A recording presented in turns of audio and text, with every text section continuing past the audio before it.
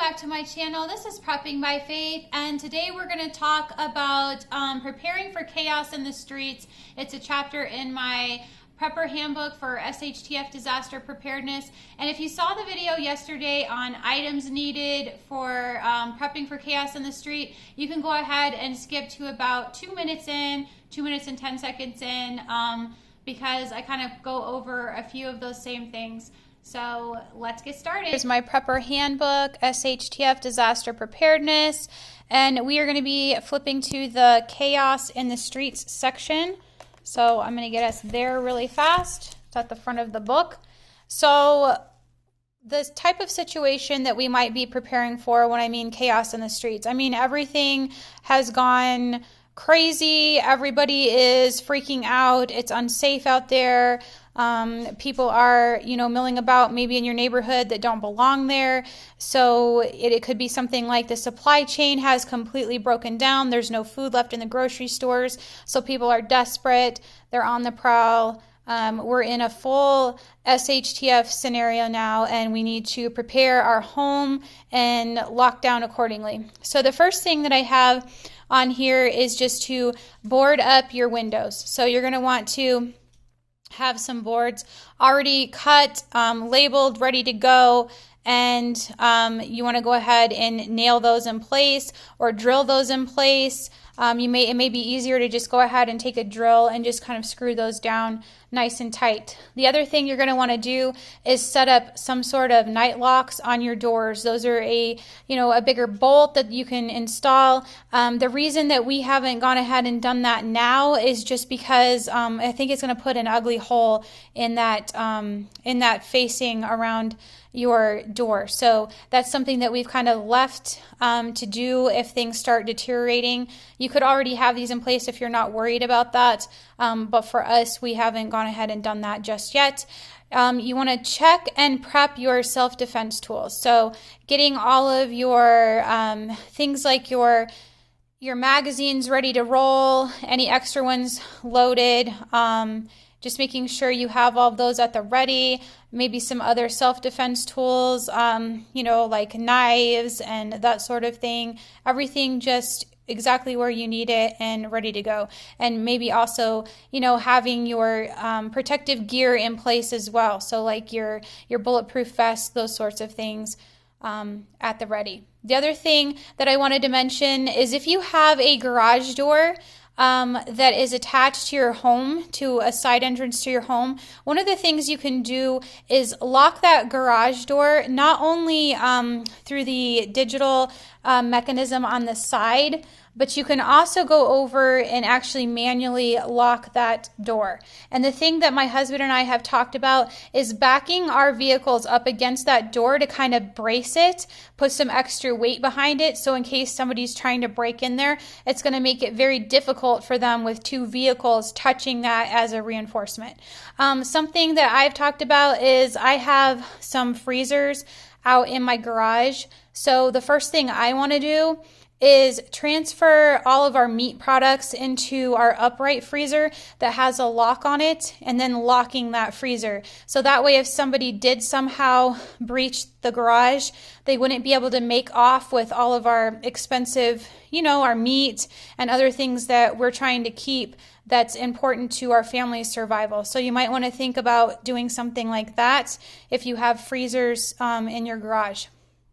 The other thing that you're going to want to do is have a conversation with your adult family members about securing the perimeter and setting up some sort of a watch list. So you want to have things like you're going to want binoculars, possibly night vision if that's something that you have prepped for, and then having someone, you're going to have somebody monitoring your home at all times. So somebody's going to have to be on watch. You're going to have some people sleeping during the day, some at night, however you want to set that up, but somebody's going to have to be on duty at all times.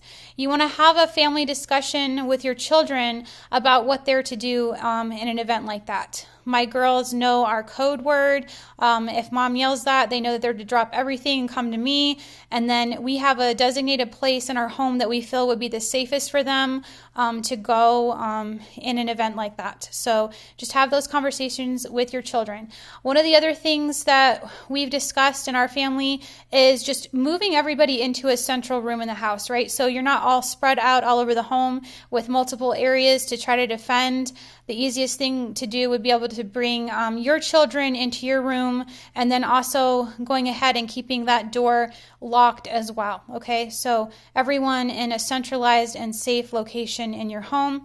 You want to have your fire extinguishers, your blankets, fire blankets, etc. ready in case anyone attempts to breach the house with fire. I mean, they could lob something like a Molotov into your home, and if that fire gets in and you don't have a way of putting that out immediately, you're going to be forced to go out there with bullets flying, and that's probably not an ideal situation. And if you're trying to keep your home, which I know you are, and you're not wanting to leave it, then you want to be prepared for something like that to happen. The other thing is you're going to need to locate things like your flashlights, the batteries, your emergency radio, things like that you're going to need in that type of situation. And if chaos continues for more than a day, you would want to fill your bathtubs with water bobs and any other spare containers with water, because we're going to want as much potable water as possible in that situation. So moving on. If there's still power, you want to ensure that every camera is in place to monitor for breaches. So we just have a wireless camera system. I think it's the Ring. It's not set up on their system. It's just attached to our Wi-Fi. So that's something that we have in position at all of our main entry points. You might want to consider something like that. Obviously, if there's no power, there's no internet, that kind of thing isn't going to help you. But another thing that you can consider that we've done is we have a couple of baby monitors, the kind with cameras on them, positioned in our kids' rooms. So if the kids weren't in those rooms because they were in our room, we could turn those cameras to where they were facing their windows, so that way we would have a good visual on those windows and know if somebody was trying to breach those. So that's something that you guys want to talk about. And then I just have on here these lists for each of my family members again. My youngest, like I've said before, just putting shoes on immediately to cover our feet in case we have to maneuver quickly and vacate for any reason. So the task is just to move everything to mom's room. Just, grab your go bag, grab your couple of toys, grab your pillow, extra blankets, anything to make you comfortable, and then start moving because their bathroom is actually, they have a different bathroom than us. So just moving those supplies like their toothbrush, their toothpaste, basic things into mom's room. And then for my oldest, similar list, go bag, grab a few toys, grab your pillow, extra blankets, move those hygiene products. And I have on here for her to help move extra hygiene products besides those. I gave my youngest a more basic list, and then hers is a little more involved. And then her task is just to help watch our dog and my younger daughter once they are moved. And then I have a list here for my husband and I. These are just our tasks. So we're going to, board up the windows, lock the garage door, move the cars against the door, move the meat, all those sort of things. We're going to want to make sure to charge the generators and devices. You're going to want everything charged up in case you are going to lose power in that situation. Just get our protection ready, locate all of our emergency items that we're going to need, especially things like, our night vision and that sort of thing, binoculars. Install those night locks, move my oldest bed into our room so that way they have a comfortable place to sleep, just kind of move furniture and things out of the way to make room for that. And then I have on here to just move some of our pharmaceuticals.